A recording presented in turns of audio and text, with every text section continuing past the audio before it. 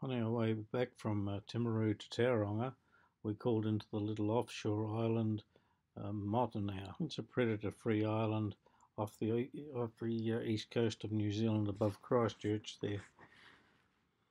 A lovely little spot just to chill out in the morning. It's part of our drive north.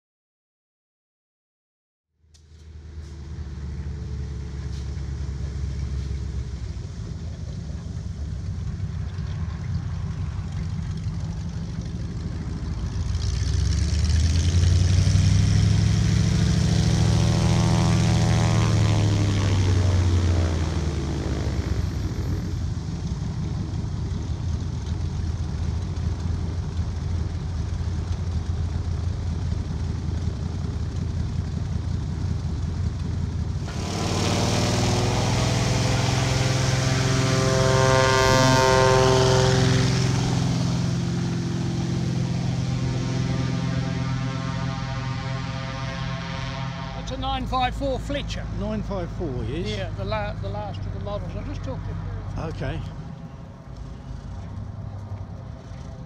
Just go in, over that way a bit, drop it right on the bottom and do two slides. So we've got a trainee loader happening here at the moment. The teacher knew how to load the plane. A 954 Fletcher. You say it's an older one, is it? No, it's the last of the piston engine Fletchers. Right.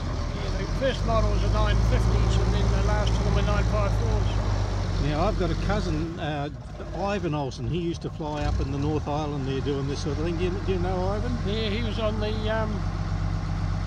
ag school when I was on the commercial school at Wanganui. So he's my cousin. He lives up Tauranga too, yes. Oh, what about, there's another Olsen that I've met that drives a milk tanker at Hokitika. Yeah, that's Murray. They're the other range of cousins, Murray and Graham, and not Graham, but Philip. Yeah. That's yeah, it.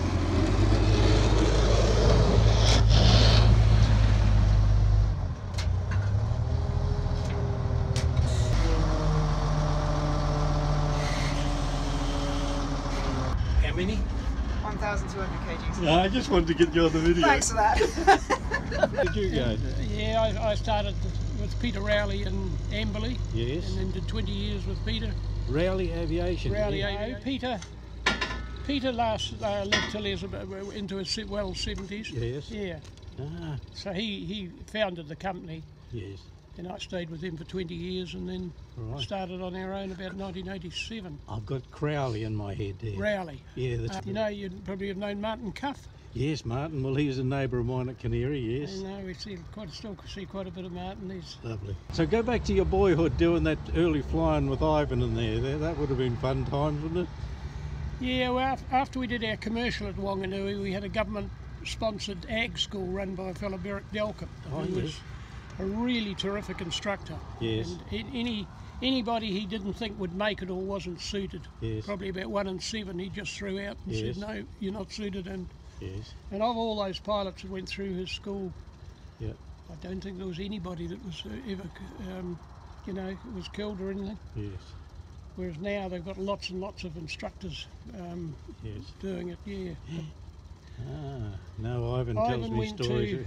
Ivan, if you see, yeah, he went to Tamanui and I never ever heard from him for probably, met him at one of the conferences, and then about the same time as I'd done 20,000 hours, it came up in a magazine that he'd done Is that 20,000. right? Yeah, so you had a And parallel career. yeah, Mm.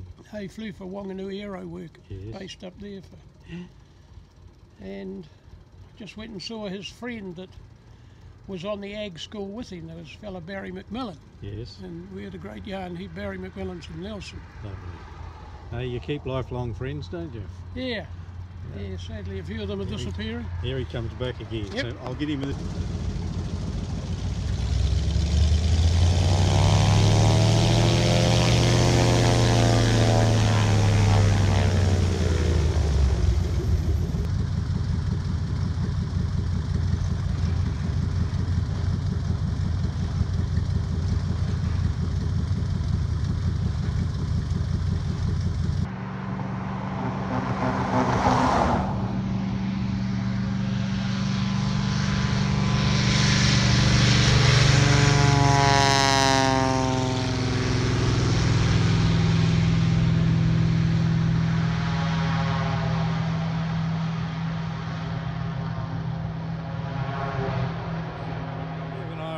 way back up the Kaikoura Coast on the east coast of New Zealand.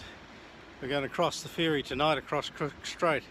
But we stopped here at Kaikoura, just north of Kaikoura, where the earthquake that happened nearly 18 months ago, a bit longer, maybe 2 years ago, raised up the seabed here in this particular spot about a metre. You can see the old tide mark there.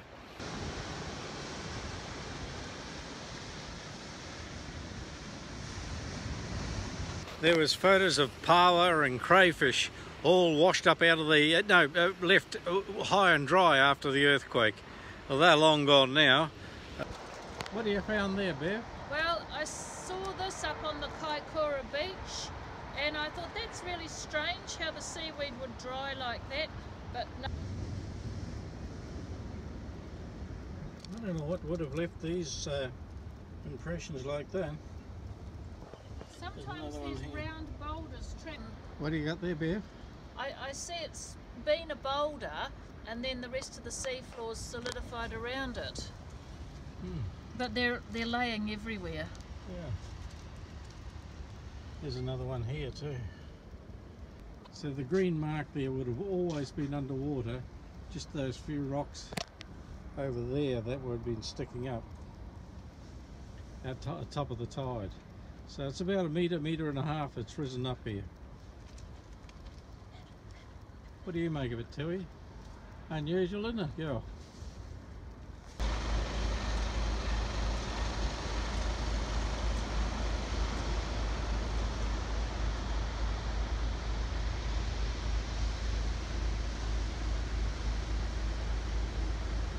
These slips here, they keep happening. This is a new one since I've been through, so all the infrastructure must have been rooted out and it had to be done again.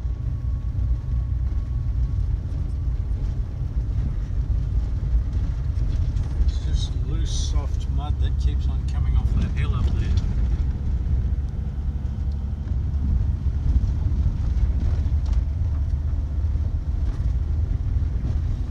These sea containers along here just to catch any loose goolies that come off the hill at any speed, and a chance to catch them before they hit the coast. Around a little bit further, extensive renovations are going on. So they're building a whole seawall to bring the road out as far as they can from under the cliff. We've got the added problem of the main trunk railway line going north-south here. This is the main link through New Zealand from Christchurch through to the North